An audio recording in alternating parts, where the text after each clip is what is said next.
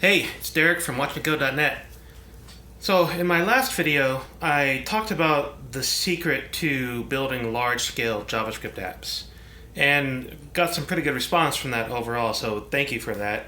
Um, but along the way, I ended up in a few conversations kind of sort of tangentially related, and one of those conversations in particular made me step back for a moment and ponder a similar question of what is the real secret to being a better developer overall?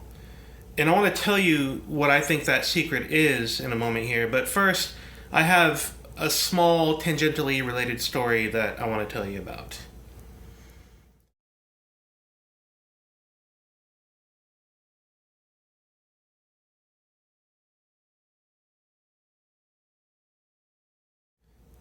So I'm involved in a conversation, somebody asking for some assistance with trying to bring new technologies and new ideas into their organization. And this person is listing off the general issues that the team and the organization have been raising about this new technology. And frankly, there's some good things and there's some good problems with this new technology that are being listed. A lot of it comes down to the technology being newer, younger, not being as battle tested as older things like Java or .NET or whatever.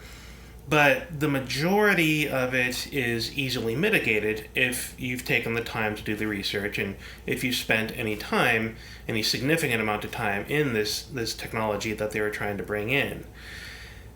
So somebody else commented in this conversation essentially saying what I just said, but doing so in what I thought was a rather aggressive manner. I don't think they were being rude. I don't think they meant to be arrogant by any means. I think they were just commenting, oh, this, and this, but they were using what looked like a little bit of, I don't know if hyperbole is the right word, but a superfluous language, some adjectives and phrasing of things that made it seem like they were super excited, but also kind of getting in the face of the team that was raising the issues, not the person that was asking for help, but in the face of the team that was raising the issues. And I talked to this person who was making these comments as in a private channel, and asked him about that, and commented basically to the same effect directly to them. And their response was, yeah, sometimes people get offended by purely logical arguments. And that kind of made me, take a step back. What? What do you mean? Well, of course. So I thought about it for a second and I realized, I think I see a pattern. I think I see that a lot on the internet. People take the humanity out of the argument a lot, especially on the internet where you can be somewhat anonymous. You're not looking face to face directly at a person, even if you're using your real name. And the comment about people taking purely logical arguments as being rude or aggressive or whatever, frankly, I think that's true in almost all cases because we as humans are not purely logical machines. Computers are logical machines, but we're very much not that. We're heuristics machines, if anything. But really, we're emotional machines. Yeah, we understand logic. We can drive home a point using logic and data to back things up. But, I mean, frankly, we're not Vulcans. We're not purely logical beings that live and breathe with pure logic and have no emotional input in anything. And I think the idea of trying to create a purely logical argument for why one technology is or is not as good, why one technology should be used and another one not be used, is doing a disservice to our humanity. And I think it will, in almost all cases, come across as rude or aggressive because of that. Because there's never going to be a situation, or rarely going to be a situation, where somebody can really step back and say, oh, I'm being too human in this situation. I'm listening to my past experience and preferences too much, and just take that logical argument. There's so much more to the reason we do things and the decisions that we make, and it's more based on heuristics and feelings. You're never going to find a situation where somebody looks at a data point and says, "Oh, that's right," and they're not going to have some kind of emotional reaction to that.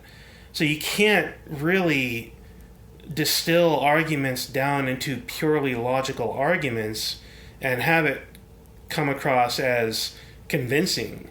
I mean, frankly, what you end up having to do is take the logic and reasoning that we do understand and phrase it from an empathy perspective. Phrase it from the point of view of, you're a human being, I'm a human being, these are the way humans think and understand, these are the issues that we face with our emotions, our attachment, our preferences, and the experience that we have as humans in our jobs and in our lives in general.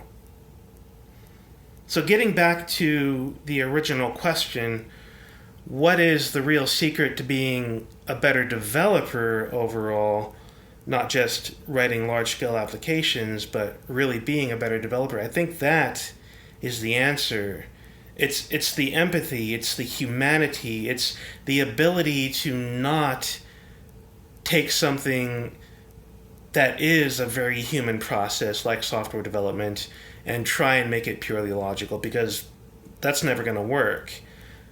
We tend to fool ourselves into thinking, oh, I'm making these decisions based purely on the logic of my reasons, but the reality is our reasons are very emotional. We just do a really good job, at least men do a really good job of rationalizing our emotions away and saying that this is pure logic and reason.